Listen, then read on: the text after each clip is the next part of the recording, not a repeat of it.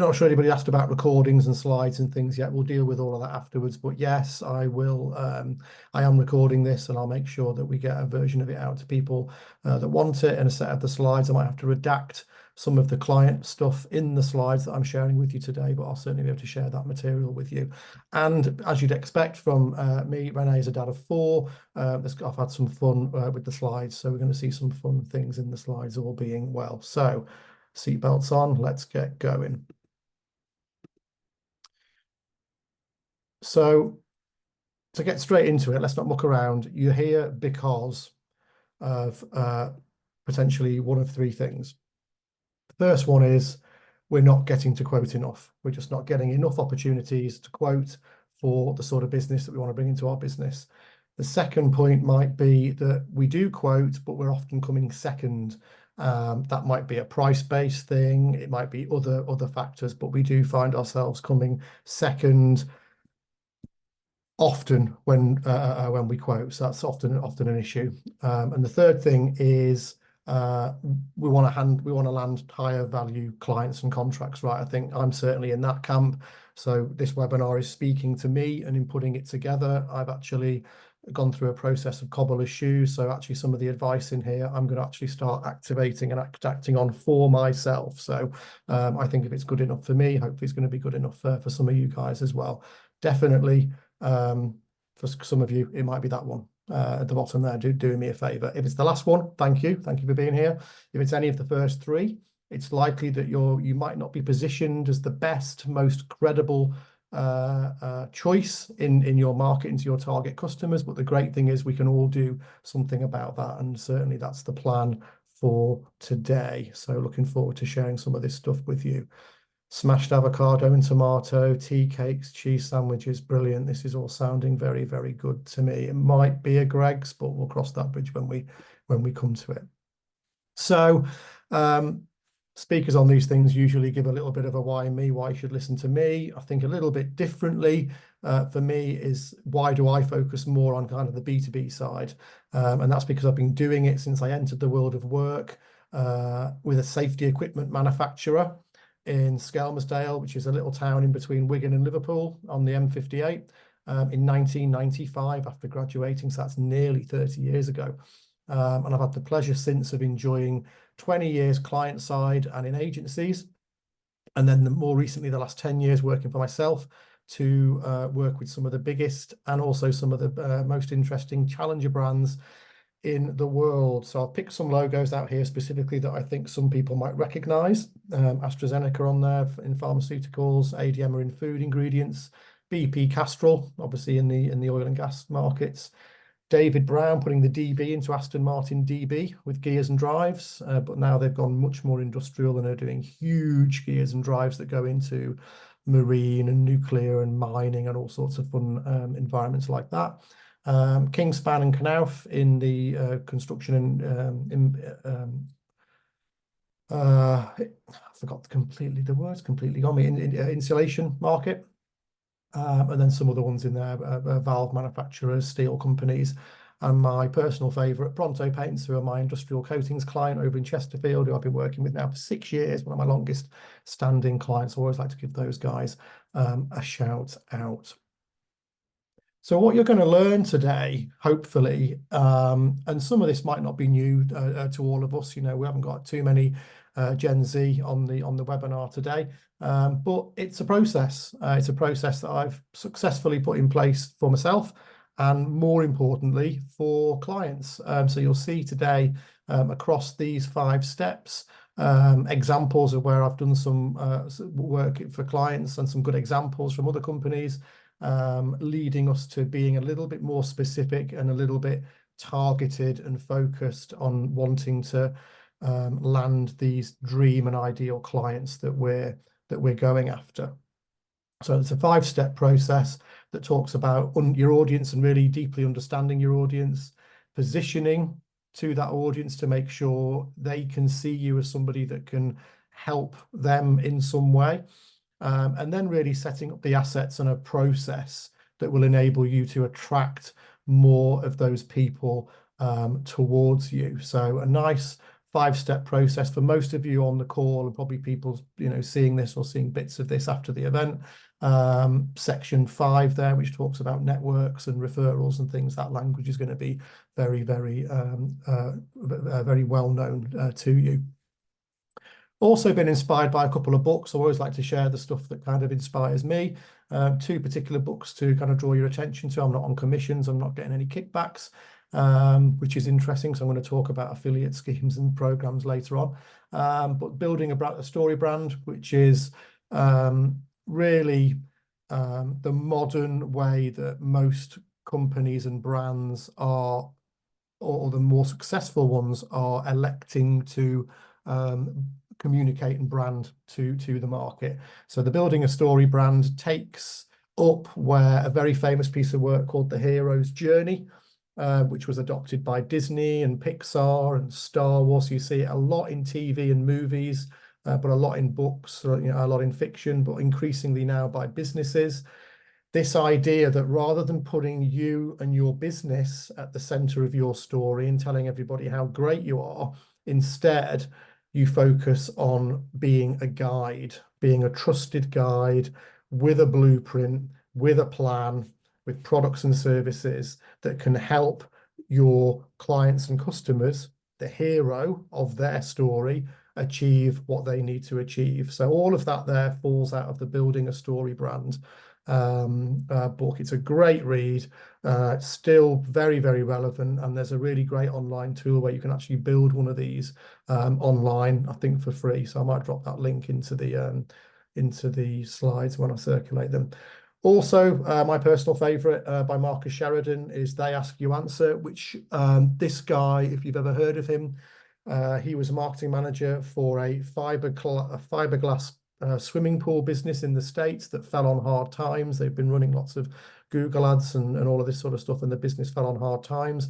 And he elected to take a content-based, frequently asked question approach that revolutionized the business and made him the #1 supplier of fiberglass swimming pools, external swimming pools that go out in the yards in the US, to being the #1 company in the States. He now tours the world consulting and speaking around this process. So it's producing very, very specific content for that is going to be picked up by prospects when they're searching, and also going to help them when they stumble across websites and social media and things like that. I know we've got Mark O'Shea on the line today. He's one of my guys. We build websites and stuff together, don't we, Mark? And I know he does a little bit of content for clients as well.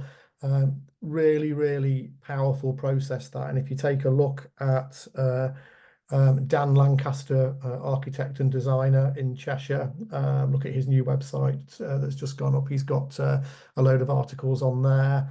And who else am I thinking of? The name escapes me, but really powerful form of marketing when you start focusing more on your target customer and producing the sort of content that is going to work for you from a technical sense, but also from a human attraction perspective. So 2 recommended reads, but I've distilled a bit of both of them into these slides today.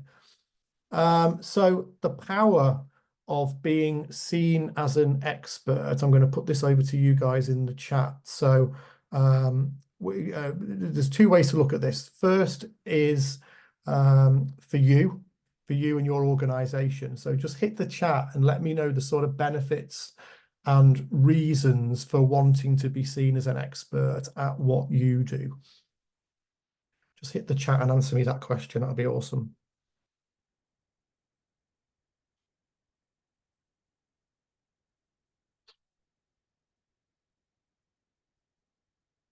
But what are the benefits of us being seen as an expert by the people we most want to work with?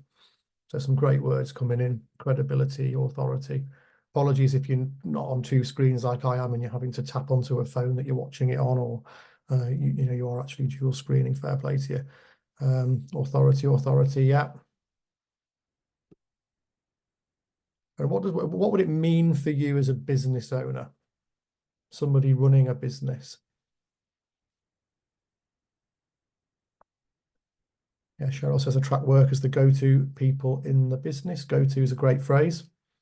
We all want to be the go-to for the thing that we do, don't we? Okay, good. Attracting ideal clients. Expertise, yeah. They're all starting to come through now, increasing revenue. I think the sandwiches and the soup have been finished. Brilliant. Okay. Okay, here's here's some answers that I asked for previously. So what does it mean for you in the business? So yeah, it implies credibility. That word's in there. It stimulates a greater feeling of trust. It creates more opportunities.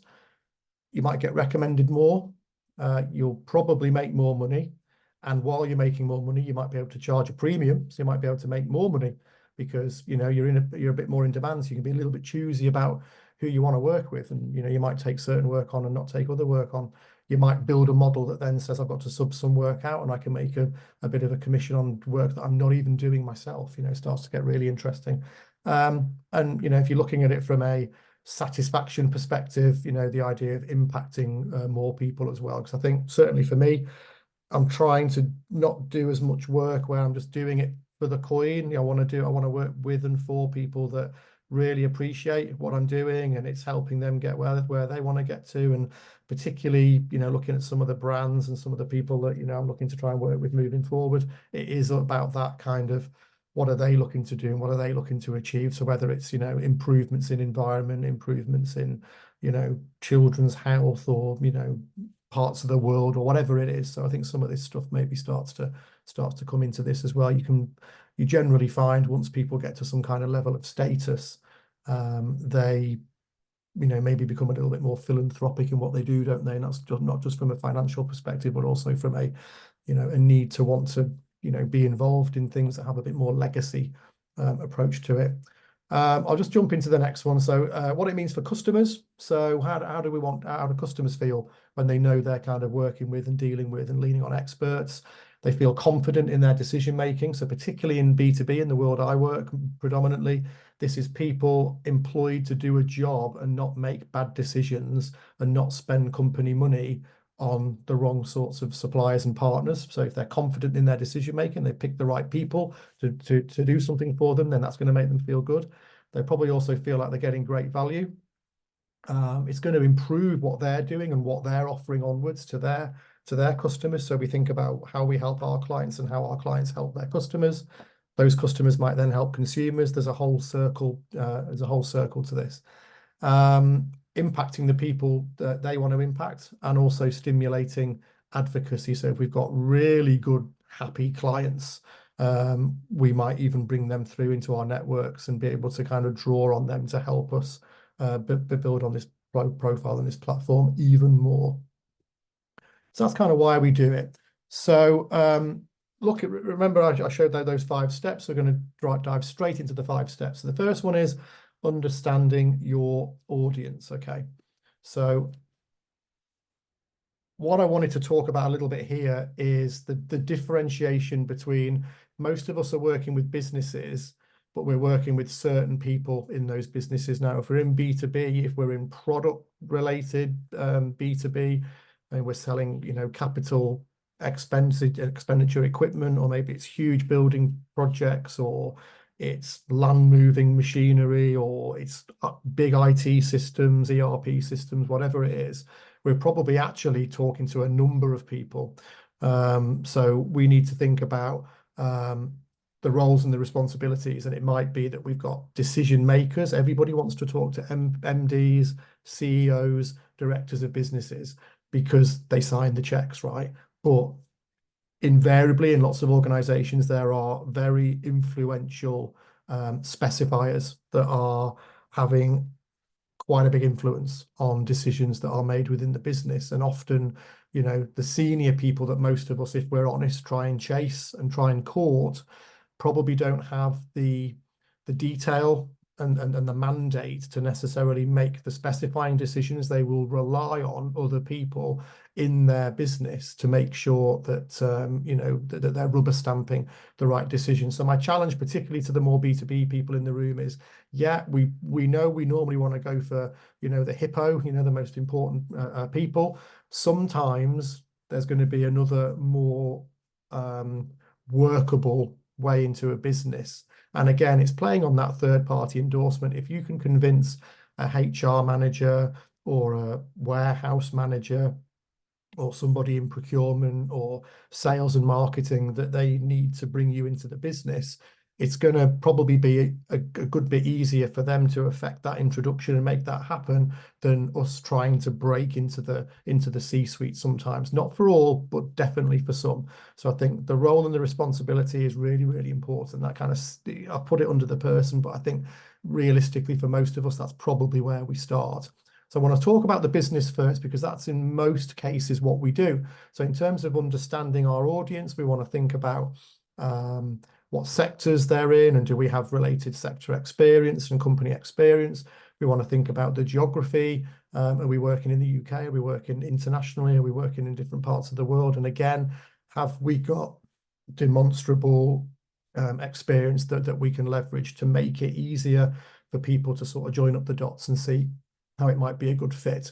Company size, I think, is a good one. I think a lot of us like to work with, 5 to 50, 5 to 100. But what would happen if somebody smaller came along, or conversely somebody larger came along? Would we be able to manage that and kind of resource that? So company size becomes quite important.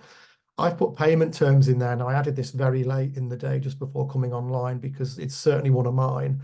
I'm at a point now where I will not take work on if the payment terms are prohibitive. I remember before COVID, I was doing a lot of training down at Rolls-Royce. I was in about 8 days a year as external faculty, and it was brilliant at the time. But the payment terms were 75 days because it was through a third party, and Rolls-Royce's terms and conditions with that third party were 60 days. So they were obviously paying all of their speakers 15 days after, receiving funds from Rolls-Royce. Had a similar experience working with a huge steel company in my agency days, where we bust a gut for about 6 months to get on the preferred agency list, only to find that we then had to quote for every single job that came up for the duration of the contract, which wasn't ideal. So payment terms is probably a good one to check. You might also want to do credit checks and all of that sort of thing, but just to make sense that you've got a good audience and a good client that you're targeting.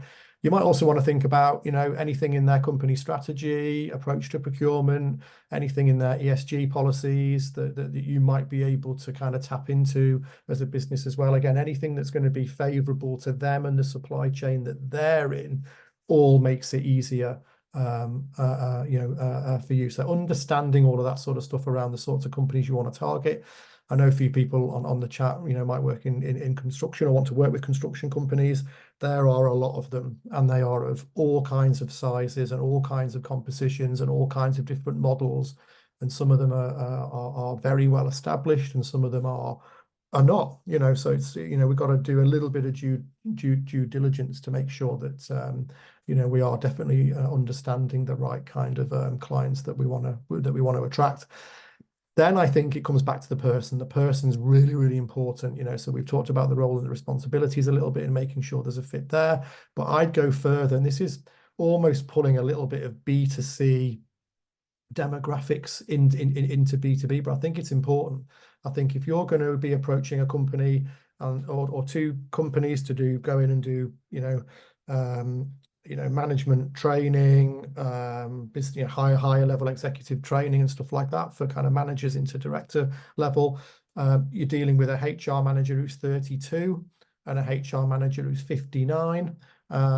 Their age and their view of the world and their experience is probably going to, you need to be aware of that to make sure that you make the right, the right and the best and the most appropriate proposition. So I think looking at the person that you're looking to try and create a relationship with and really trying to understand their view of the world, the challenges and maybe aspirations that they individually have in their role and in their career. And I remember back to my agency days, one of the stated goals in all of our accounts was to make our client contact look amazing at all times. And it's very intangible because it's all done through doing a good job, right? Not going over budget, getting things done on time and all the rest of it, great creative ideas. But one of the markers was, when it comes around to renewals and things like that, hopefully it's a no-brainer every year. The client renews the agency, the client's really happy with the relationship with the team. That client themselves is probably being promoted in their organization because of the great work they're doing, the great work the agency's doing. But we had it as a stated goal in one of the agencies, and it really helped focus the minds on developing the personal relationship. I think maybe years before that's become a thing. So I think they are good points to start to think about when we want to think about who do we do our best work for, who do we service, and do we understand these organizations and the people within them in a way that's going to allow us to kind of do the rest of the process properly. Hopefully that makes sense. Any questions on that, do drop them in the chat.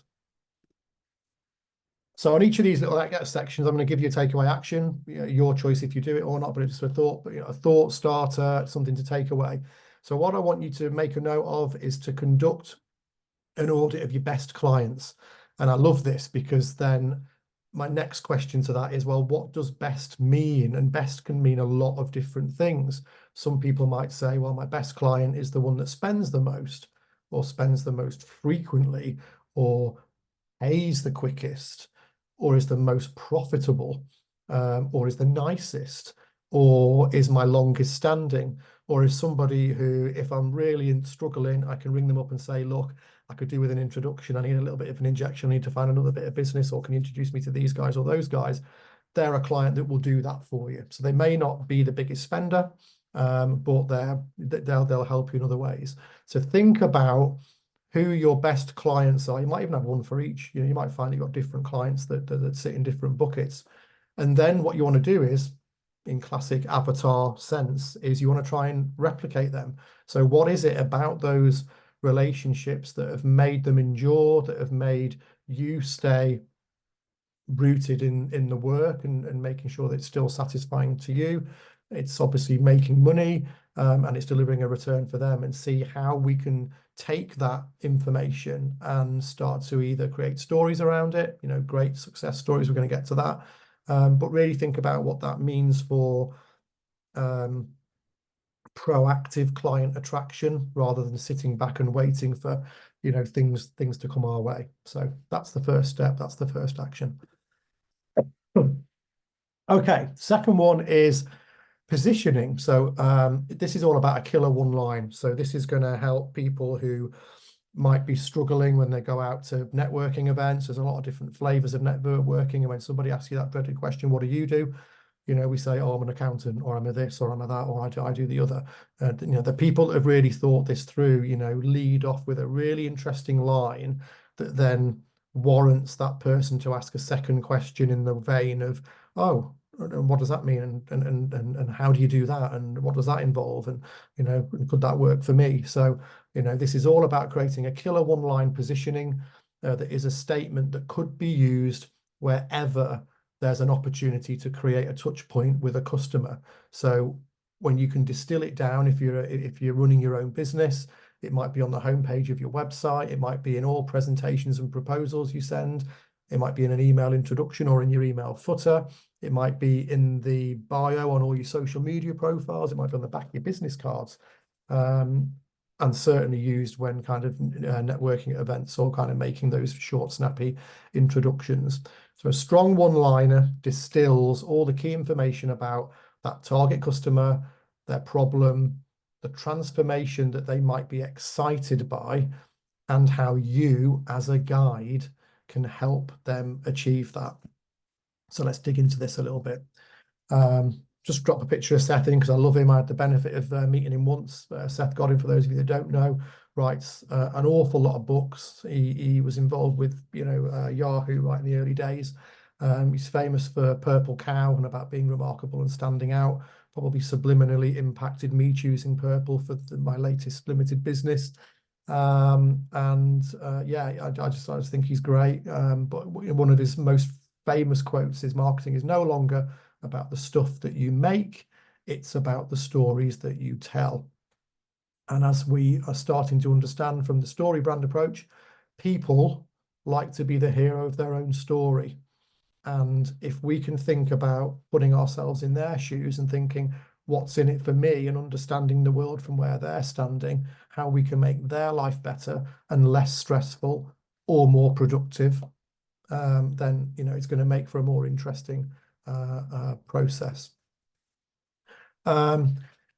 I didn't get Mark to do me this image. I typed into Canva McDonald's on the moon, and this is what it kicked out. As you can see, it's not even spelled McDonald's correctly, but it gives it's tried, it's there. And I've picked that for a particular reason. So positioning is about quickly expressing a vision that makes people want to get on board. And it's about thinking beyond not just what you do, but to what that actually enables. And I think this underpins the success of things like TED and people that do really great TEDx talks and things like that, because they take a much bigger forward view of the world, of a problem, get really granular, to take on a bit of a ride towards this thing. But potentially what that means is you can take that even further into what that enablement, the enablement that you provide, that we provide, and what that means at a grander level. What that means is a story brand formula is needed. Now, the reason I put this image on the slide is because I was thinking about how people have used story in time immemorial. There's a couple of really interesting, on the face of it, unrelated quotes I got from two different places, but I thought they worked great together today. So the first one is JFK, we're talking about getting to the moon, I think in 1960 or wherever it was. We choose to go to the moon by the end of this decade, not because it's easy, but because it's hard. Kind of really, really well used quote on that. So about a strategic vision and a goal. Matched to that, Ray Kroc, who's the founder of McDonald's, who said sometime later, if man goes to the moon, we'll go there too. We'll open a restaurant and we'll serve a great burger at a great price. Now, obviously, that hasn't happened yet, but you can see the sentiment in that, and it would interest me who might be the first franchise that eventually goes with Elon to the moon or to Mars or wherever they end up next with that human colony. But you can bet one of these guys will be there. But what it says is, tongue in cheek, a clear, compelling proposition sets you apart as the authority in your field and a voice to trust. So what's the formula for a great positioning line? So we start with, and you'll see some examples that I'm going to share, kind of jiggle these about a little bit, but you need 3 or 4 elements. You need you need the name, of your entity. You want to talk about who you help and who you support, so be quite specific. What you're targeting, so whatever the challenge is, so whether you want to improve something, remove something, eliminate, or even achieve something, how you're going to do it, product and service, and moving people towards transition. So yeah, there's a little formula to this, but let me show you some examples to bring it to life.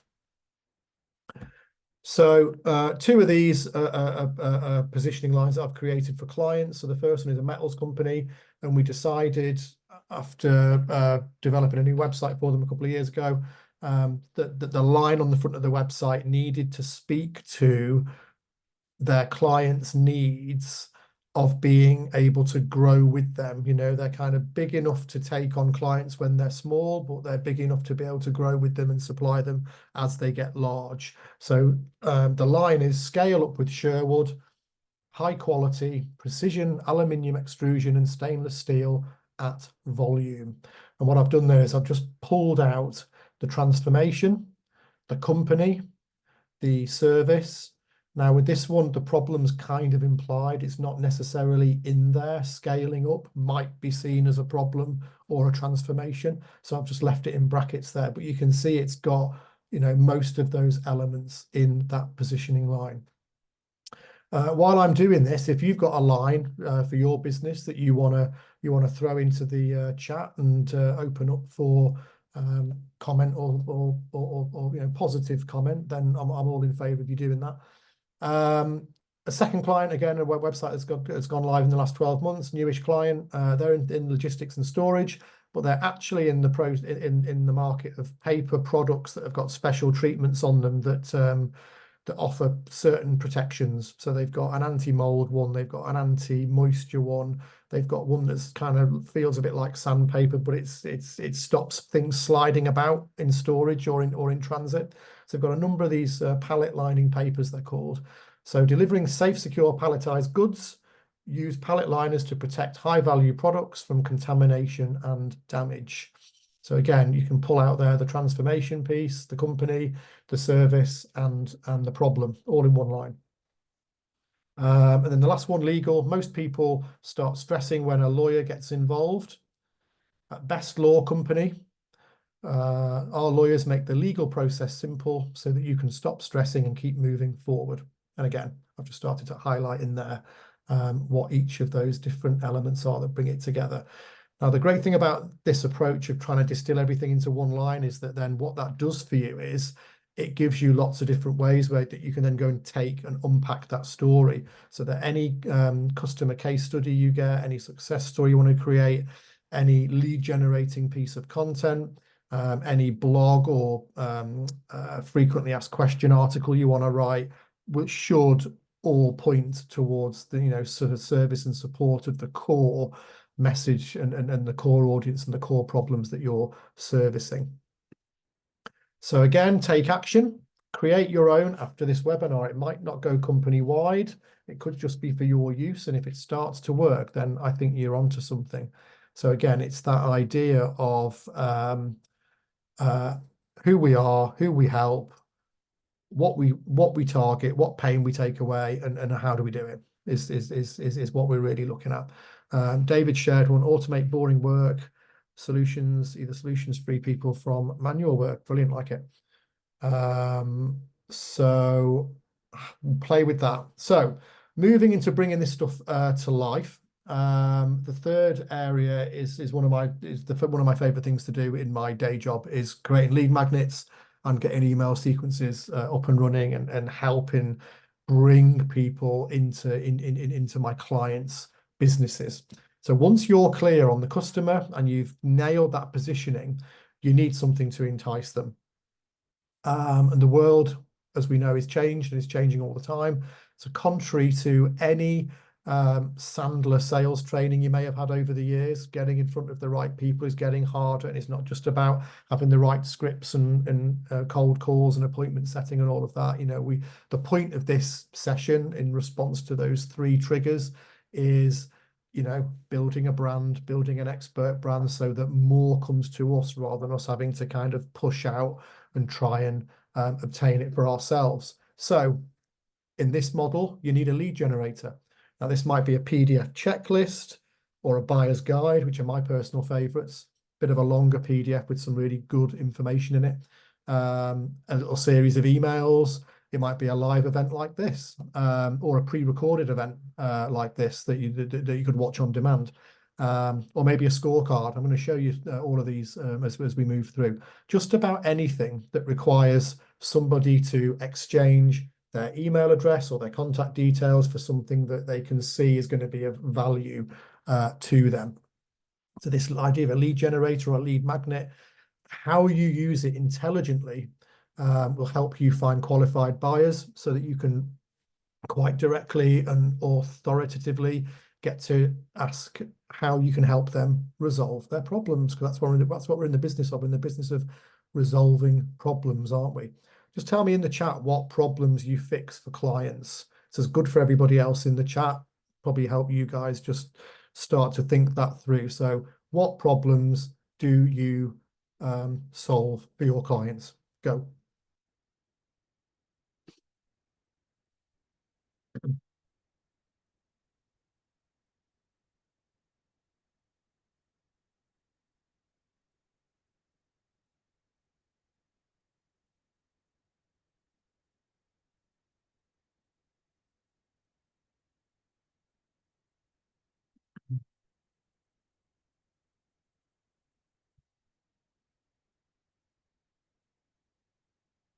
Sean takes the pain out of payroll, because otherwise it's going to be pain roll, right?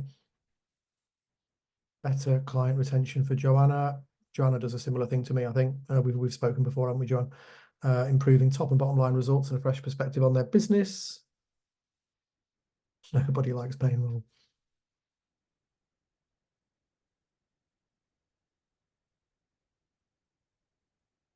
What problems do we solve for clients? I help my manufacturing clients be more consistent and creative and have confidence in going to market, because most of them don't. Most of them don't market, if we're honest. Family run businesses on industrial estates around the UK, further afield. They throw some stuff at the wall and hope it sticks to some people. Mark turns clicks into sales because I know he does lead generating websites. Okay, brilliant. Okay, here's some examples then. So just, and I think most of them are from my last couple of years, just it makes sense to kind of share what I've been working on. So the first one here, classic buyer's guide ebook. It is being updated at the minute. Desperately Seeking Aluminium was a bit of a pun on Desperately Seeking Susan. It was a little bit Madonna. But other people at the company there had a bit of a thing about Madonna, so that's what they were well known in the industry for that. So we kind of played on that a little bit. But it's a 40-page ebook. I think it was created in PowerPoint and PDF'd out, so it's not flashy by any sense. It talks a lot about the aluminium extrusion process, so it's an education piece, but it's also got a lot of work in there, and it talks a little bit about competencies, but it's done in a way that it is more helpful than it is promotional. And this is the big thing that I try and drive with when I do any sort of this work for clients. With buyer's guides, they need to feel and read objectively, even though they're obviously coming from a commercial business, and there will inevitably be on the back page or the inside back page, hey, if you want to get in touch, we can do X, Y, Z, da, da, da, da, da. But fundamentally, in the main, it's not a brochure. It's not a big long advert. It's advice, it's help, it's support. So, and I think every business in the world should have one of these on their website. For me, for my sins, I haven't got one, cobbler's shoes, but I'm working on one. But what to think about when you're choosing a marketing consultant. Things to think about when choosing to work with an external website designer. We could all rattle one of these off. We could go to ChatGPT and say, what are the 10 questions that people should think about when they're looking to spend money on this thing that actually coincidentally I do for my clients, and then pump that out as something that you could then generate leads and inquiries off. There's, with a little bit of Google Ads support, I think £1,000 a month. So over the last 2 years has brought them in tangibly, because I've had it on good authority because it's my dad's company, 2 million in invoiceable work from that document and how it's been marketed. Over on the right hand side, a website that Mark and I actually published this week, so it's only a couple of days old. It's a baby. But I wanted to share here the idea of FAQ content. So this goes back to the they ask you answer approach and the book there, the Marcus Sheridan book. I love that. And what you can see on the slide there on the in the media section on the right hand side, you've got some insights posts that have been written specifically to be found in search, but also for the sales guys to send links to hot prospects and for us to use in email marketing and things like that. So very specific articles about gases in specific sectors, how to choose gases, how to think about what to think about when choosing a partner. In this space, BUs are probably 4th or 5th in the market behind BOC and Air Liquid and a couple of others. So they've really got their work cut out convincing people to switch. So the marketing strategy and a lot of the content there is going to be about having a really content-rich website that then is going to help them massively over the coming months with SEO and things as well. So that's an approach that can work really, really well for B2B products and services. I'm a big fan of scorecards. Daniel Priestley has an app called Score App, which I think for about 30 quid a month, you can run 2 live scorecards. It's a brilliant software that has got loads of AI cooked into it. So you can create a landing page, you can create different types of surveys and questions. You can then set up a scoring criteria so that when people have answered all the questions, they get a score at the end of it, hence scorecard.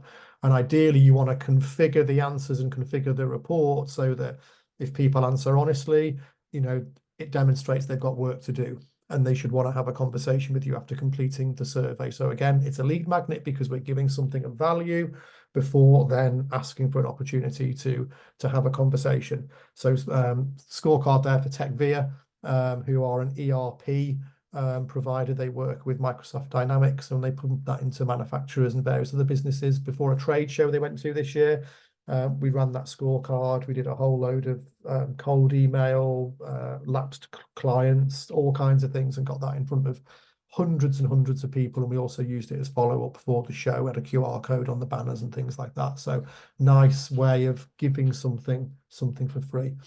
Bottom one there, hey, webinars count, right? You can get people along to listen to get some free advice and and all that good stuff. So webinars are an equally valid form of lead magnet as well. And then on the right hand side there, I've got Pronto's newsletter. So we've been doing newsletters out to customers and to distributors consistently monthly for 5 years now. So we always have a little bit from David front and center. There's normally some kind of download in there. So we've got the ISO 12944 steel guidelines coatings download in there. We've got them going to an exhibition. There's also some customer news about fake emails and things there. There's normally product bits and pieces in there as well. So it's normally quite a nice, it's a nice newsletter. We also syndicate that into LinkedIn normally about a week after it's been emailed out. So you get a double hit. And we've got about 1,500 people following the LinkedIn page. So it's a nice way to just stay front of mind. You're picking up new people that kind of like and follow that kind of thing all the time. So bunch of examples there that hopefully useful to you. Once you've got a lead magnet set up and somebody downloads it or watches it or takes a quiz or whatever it is, we then want to ideally, because you might start to generate, more numbers than you can handle manually at this point. And we don't particularly want to call everybody who fills one of these things in because, generally the numbers suggest that there's only 5% of any B2B market at any time is actively looking to switch or to spend some money or whatever it is. So you're playing with the 95% most of the time. So let's just keep it cool and kind of just, hold back a little bit. So by putting automated email nurtures in place off the back of any download or any action taken, you can let the system manage people. And if they break a cycle by replying at any point, then you can stop sending them the rest of the emails. Then you're into, right, let's have a chat. Do we need a discovery call? Do you want a demo? Do we need to send a sample? Whatever your process is for, how you're following up on somebody that's gone from passively interested to being actually a bit more interested and wanting to have some one-to-one connection. So a lot of the email platforms are the same. This is an example from MailerLite. But I've worked with them all in the past. I'm working with somebody in Active Campaign at the minute. I've got Pronto or on .digital. So yeah, I've worked in them all. They're all kind of similar. You can build automations where you create emails. You can put delays in. You can put all kinds of different things in them. So we've got leading questions, checking that they've got the download. Leading questions. We've got some case studies in there. We've got the score app built in there later on. And we give it, a set number of sends, but it's not like 5 emails in 2 days. It's not like bang in your face. It's measured. It's, appreciating that it's a professional audience. We're probably going to get a lot of other emails from people and they're not in their inbox as much. And yeah, it works quite well, people kind of, self come out of the process. And if they're interested, they kind of put their hand up, and that's when the sales team can get involved. So it's good to have something like that in place. If people go through the entire nurture and don't end up getting in touch, then we can say, thanks for, I hope our emails have been useful. Your data will tell you if they've clicked on them or opened any of them or read any of them. You can then drop them on a newsletter list, and then at least you've got that touch point once a month. So you're still putting things in front of them, and just making sure you're doing all the right things. But what it does is it gives you a process that is building your brand, attracting an audience, demonstrating expertise, and it's modern marketing in action. A lot of those platforms are free, by the way, and they've got little tools that enable you to create all of this in a kind of automated flow state. So recommendation on step 3 is to create a 3 to 5 step email sequence with material that's already available to you. So if you've got a couple of testimonials or a couple of case studies, an amazing offer, and maybe a second stage call to action, which could be anything from a video, a demo, or a discovery call. Because don't forget, if you've given them a 2-page PDF or a 20-page PDF, their attention is quite low, and that was quite easy. So if we can get them to spending a little bit more time on something else, that's going to signal much greater intent, isn't it? That's going to justify, a bit more targeted follow-up. So have a look at that. Success stories. So this is a particular piece of content that we want to make sure that we've got, that we can cook into all this stuff that we're talking about. Really important to collect and tell stories about the transformation that you bring, because you can use them and draw people in off the back of what you're doing, being successful to other people. Almost every story is about the transformation of the hero. And when we tell stories about how we've helped our customers transform, potential customers will immediately understand what your brand can offer them as a result. So here's an example for one of my other metals clients where we wrote up. It's a big one actually. So it's a PDF. It's a PDF case study for some work they did for TfL, Transport for London, and it was a huge manifold for new air conditioning units. They're upgrading air conditioning units in a lot of the underground stations. So it's a really big, engineeringly complicated job. So we've gone to town on that, and with their permission, we can use it in one-to-one situations. So we can't put it out publicly, because obviously it gets into a lot of detail about, problems, the brief, the problems encountered on the way, and how things were resolved and fixed, and the install and everything. So it's not widely promoted, but it's used in one-to-one in sales development, early stage sales development, and also in following up. So, things like that can be great. At a lower level, just grabbing another of the ones from the Views website, you've got these nice little sound bites, which could be used on, Google, Facebook, LinkedIn, websites, email newsletters, wherever, that are just, a client saying a couple of nice things about the service, the experience, product quality, whatever it is. You're not always going to get something to the extreme of the TfL. And to be fair, we wrote that. And I was only able to write that because I got in with the people that actually worked on the job in its entirety. More often than not, we're going to be looking at something like Phil there in fire suppression. But there's lots of ways to use success stories and testimonials. And what they do is they lean into that kind of third-party endorsement, right? So that idea, and that just gives more credibility to any claims that you're making on websites and emails and so on. But there's 5 questions that you want to ask. If you're serious about building success stories that position you and your business as an expert, there's 5 quite specific questions that you want to ask. So the first one is, what's the problem you were having before you discovered our product, our service? Second one is, what did that frustration feel like as you were trying to solve the problem? Third one is, what was different about our product or our approach? And you're asking all of these, relatively soon after the event. So it's all fresh. It's in their mind. They're in that nice, happy Zen state of happy client. So, but can you remember what was different about us and why you chose to go with us? How did you feel when you realized our product or approach was actually working for you? And then finally, tell us what life looks like, or what business looks like now your problem is solved or being solved currently. I've got an errant "your" there instead of "your." That's easily fixed. So 5 great questions that can help bring about more interesting and relevant success stories, right? Because that's what we want. Because often we'll ask people for testimonials or feedback, but we don't tell them what we want. They're not always what we want. But if you say, oh, can you give me feedback on what the process was like, how responsive we were, or, how diligent we were, how we were better than other people you were talking to. If you're specific, ask specific questions, you'll get specific testimonials. Okay, how are we doing for time? So take action on that. So you don't have testimonials, you need to start asking for them. So think about who you could ask today. Who have you completed a project for in the last few weeks? Mark's probably smiling at this one. It's in the post.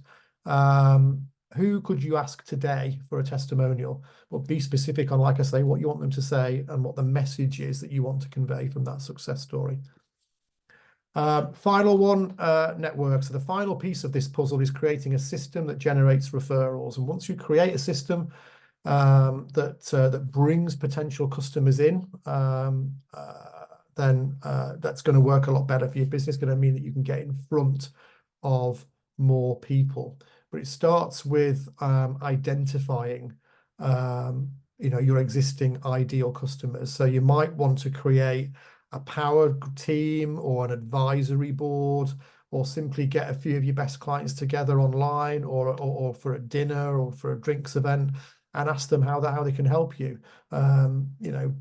Doing something like that can work really well if you're a bigger enterprise. If you're a smaller enterprise, it's probably more better to be doing it on a one-to-one. But definitely you're looking for opportunities for, to help people bring those referrals to your door. Supportive clients and customers will always want to help. Now, you could also incentivize them by putting materials together that make it easier for them. So I work with my guy at Pronto we're currently targeting a bunch of fellow British Coatings Federation members that admittedly don't make paint, because he said, I can't work with another paint manufacturer, but I can work with all the people that give him the ingredients that go into his paint, or the machines that he uses to make his paint, or any of the other ancillary sort of service providers. So we've found about 13, and we're slowly working on that.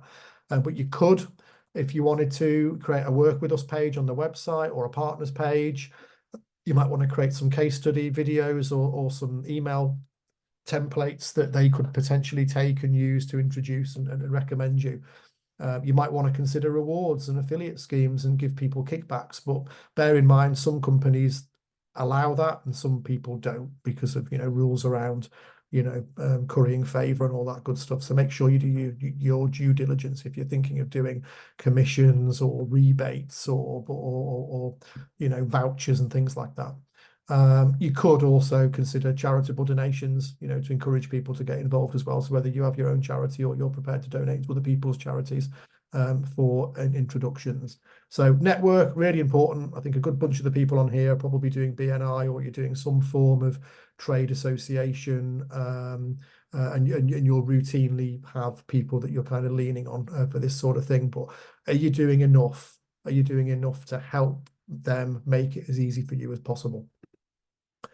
So that's the 5 steps. So what I want you to do is I want you to take away what you have learned, and build a stronger expert brand that is rooted in a much deeper understanding of your audience, that's got a strong and compelling proposition that is got at its heart solving problems and causing and bringing about transformation, creating materials that present that and intrigue people and bring them into the business, and a process for managing that if that starts to increase, creating those all-important testimonials and success stories that will bring that to life, and then leveraging your network of people that can help you to do that. So I'm happy to take some questions, but it would be remiss of me if I didn't float a couple of ideas.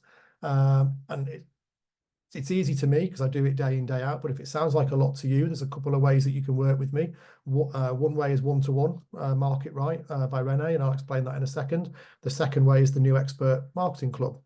The first way to work with me as one-to-one, as it suggests, I've got a scorecard that you can take and fill that in, and then we can have a chat about it.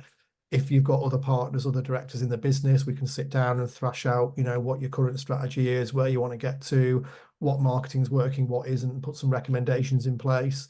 And then from there, it's fix up some assets, clean some assets up, and maybe create some more, off the back of that, if we want to get into an arrangement where you want an outsourced supply, brilliant. I can do that. So there's a link in the slides that I'll share if you're interested in that. And I've got packages that go right from SMEs up to mid-sized corporates. So my biggest client is 35 million turnover, 100 people, no marketing department.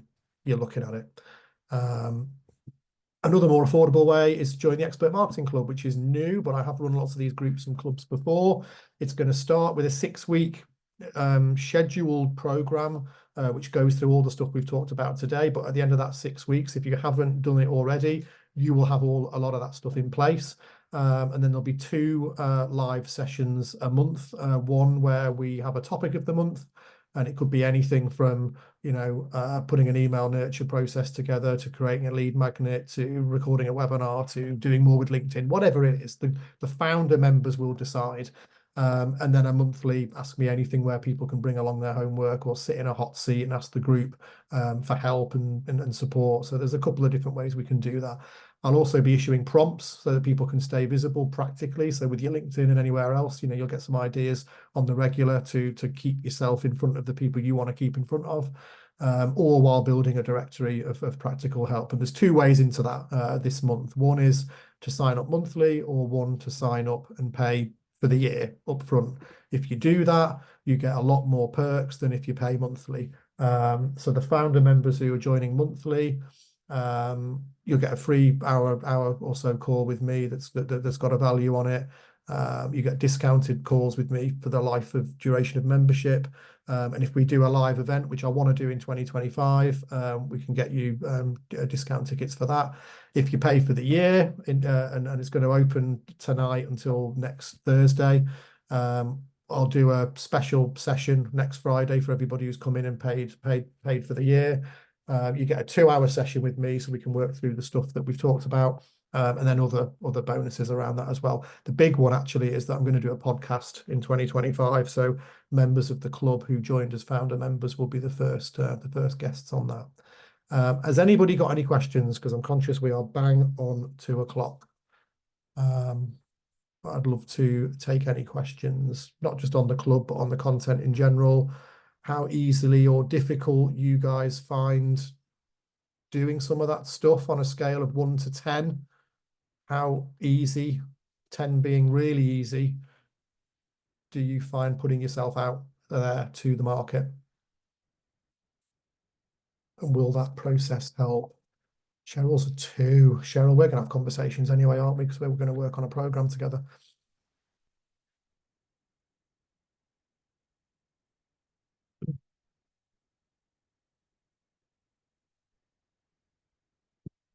Nice question, Steve.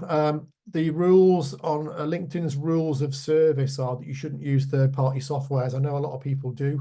There's LinkedIn Helper and Duck Soup, and some other tools that people use to automate DMing and all of that good stuff. You can obviously pay a premium to do the Sales Navigator.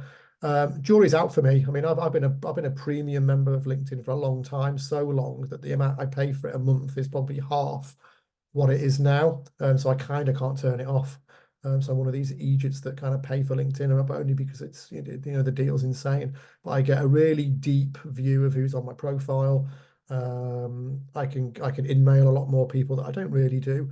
I very much invite people to connect. I don't pitch slap. I don't get straight in the DMs straight away.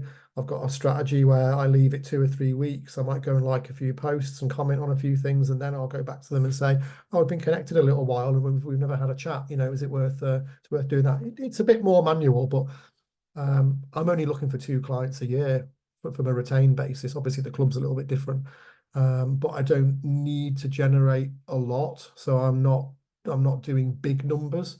I think if you want to do big numbers, then you can take the risk and automate LinkedIn, but just be really, really careful with it. Yeah, Mark's like me, the work we do for our clients is often significantly better than the work we do for ourselves. Yeah. Brilliant. Any other questions? So we talked about really understanding our audience. We talked about getting those one-liners as crisp as we can, focused on problem, focused on transformation. We talked about lead generating content, so good content that makes us look like an expert because we're sharing it, whether it's guides, whether it's webinars, whether it's scorecards, things like that. And then obviously the networks and the other things.